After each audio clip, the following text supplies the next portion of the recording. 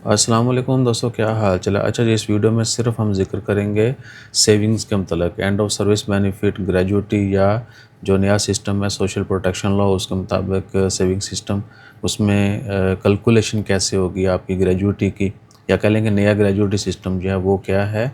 और कल की वीडियो में काफ़ी सारी तफसीलात बताई थी और उस वीडियो में यूट्यूब के ऊपर डिस्क्रिप्शन में पुरानी वीडियो का लिंक भी डाला था, जो अभी हम दोबारा शेयर करने जा रहे हैं।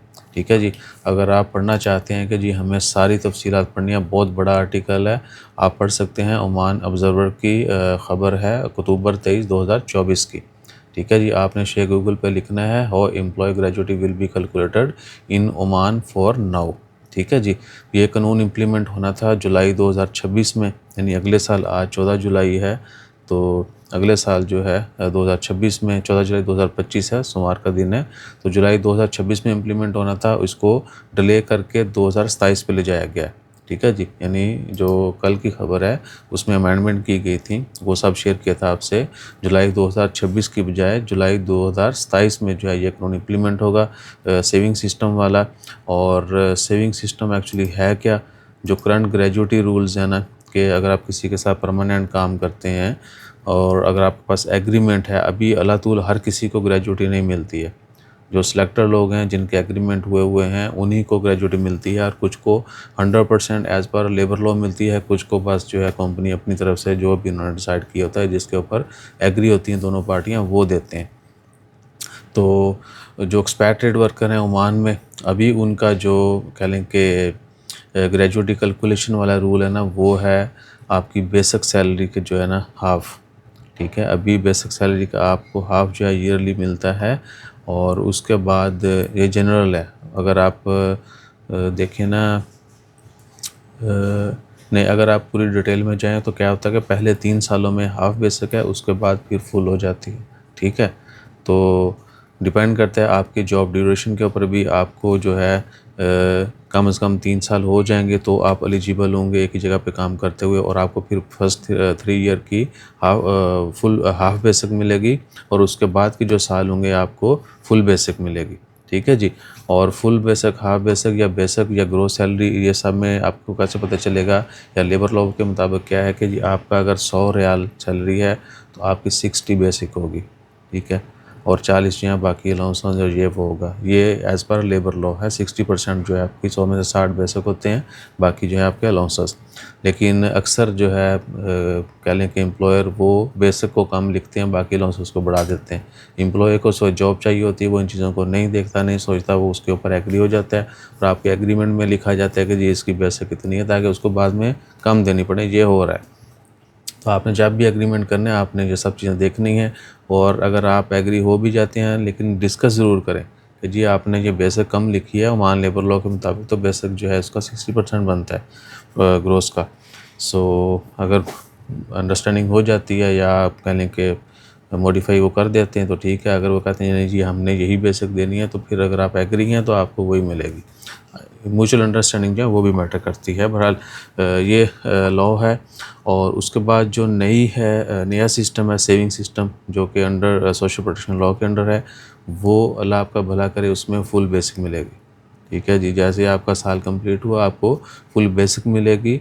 और आज अभी थोड़ा सा इसको पढ़ के भी जो है ना, for the period following the enactment of the new law the gratuity shall be calculated at 1 full basic salary per year, और under the new law requirement that the end of service gratuity shall not be less than basic salary for each completed year of service. ठीक है जी, तो हर साल जो है आपको full मिलेगी, यानी जितने भी साल आपकी सर्विस होगी आपको फुल बेसिक मिलेगी नए कानून के मुताबिक। और ये भी कि 9% जो है मंथली आपका एम्प्लॉयर जो है वो जमा करवाएगा फ़ंड गवर्नमेंट को। ये यानी सिस्टम एक सेंट्रलाइज सिस्टम है, और हर बंदा जो है इसका हकदार होगा, हर बंदे की यहाँ पर रजिस्ट्रेशन होगी। शर्त ये भी है कि उन वर्कर की रजिस्ट्रेशन होनी चाहिए सोशल प्रोटेक्शन लॉ में। ठीक है जी, अगर वो रजिस्टर नहीं करते तो उनको जुर्माना उस चीज़ का अलग होगा। ठीक है, अब वो उनके ऊपर डिपेंड करता है, वो दूसरे जुर्माने ना रजिस्टर करने के भरेंगे, या फिर इधर रजिस्टर करके आपकी सेविंग जो है वो जमा करवाएंगे। सही है जी। और इसमें एक और चीज़ है 9% वाला जो है ना, वो है कि जी social protection law shows that the main way in which the saving system will be financed is through 9% of monthly basic wage of expected employee paid by employer. ठीक है जी, हर महीने आपका एम्प्लॉयर जो है, आपका अरबाब स्पॉन्सर कंपनी जिसके साथ आप काम कर रहे हैं, वो 9% आपकी बेसिक का लाजमी तौर पे जमा करवाएगा, सबमिट करवाएगा सोशल प्रोटेक्शन जो फ़ंड है उसमें। ठीक है जी, और वो फिर फ्यूचर में अगर आप जॉब छोड़ते हैं, आपको निकाला जाता है और कोई केस वेस नहीं है, किसी किस्म की कोई मसला मसाइल नहीं है और आप एलिजिबल हैं यानी हर लिहाज से कानूनी तौर पर हासिल करने के, तो वो ऑटोमेटिकली आपके अकाउंट में जो है वो ट्रांसफ़र हो जाएगी। सॉरी फॉर, ठीक है जी। और failure to comply with this will lead to an additional charge of 8% annually of the total saving amount due to the fund on employer। अगर कोई 9% मंथली ये जमा नहीं करवाता आपका एम्प्लॉयर्स अरबाब, तो उसको ना जमा करवाने के ऊपर भी फ़ाइन होना। एक तो उसको फ़ाइन होना है कि उसने आप अपने एम्प्लॉय को जो है सोशल प्रोटेक्शन लॉ में इस सिस्टम में रजिस्टर नहीं किया, और दूसरा अगर सिस्टम में रजिस्टर किया हुआ है, डिले करते हैं या जमा नहीं करवाते, तो एनुअल जितना भी उनका ये फ़ंड बनता है सेविंग वाला, उसका 8% उनको मज़ीद जमा करवाना होगा, गवर्नमेंट की तरफ से जुर्माना है। ठीक है जी।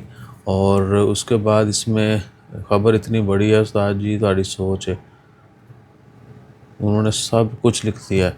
अच्छा, 1 month from the date of leaves and अच्छा वो लीव्स वाला भी इसमें शामिल है। लीव्स की सैलरी वगैरह वो जो है 1 मंथ आप ले सकते हैं। पहले होता था कि जितनी छुट्टियां उतनी आपको सेटलमेंट मिल जाती थी। अभी नए लॉ के मुताबिक आपको सिर्फ 30 डेज़ जो है आप इनकैशमेंट कर सकते हैं, बाकी नहीं, बाकी आपको छुट्टियां ही यूज़ करना पड़ेंगी, आपके एनुअल लीव्स जो हैं। सो बाकी भी कुछ चीज़ें हैं, अगर आप पढ़ना चाहते हैं तो मैंने उसका टाइटल आपको बताया, how employ gratuity will be calculated in Oman for now. October 23, 2024 Oman Observer newspaper जो है उसकी ऊपर पूरी डिटेल है। बाकी ख़बरें आपने हमारी भी देख ली होंगी वीडियोज़, बाकी बहुत सारे लोगों ने भी शेयर की होंगी, वो भी देख लीजिएगा।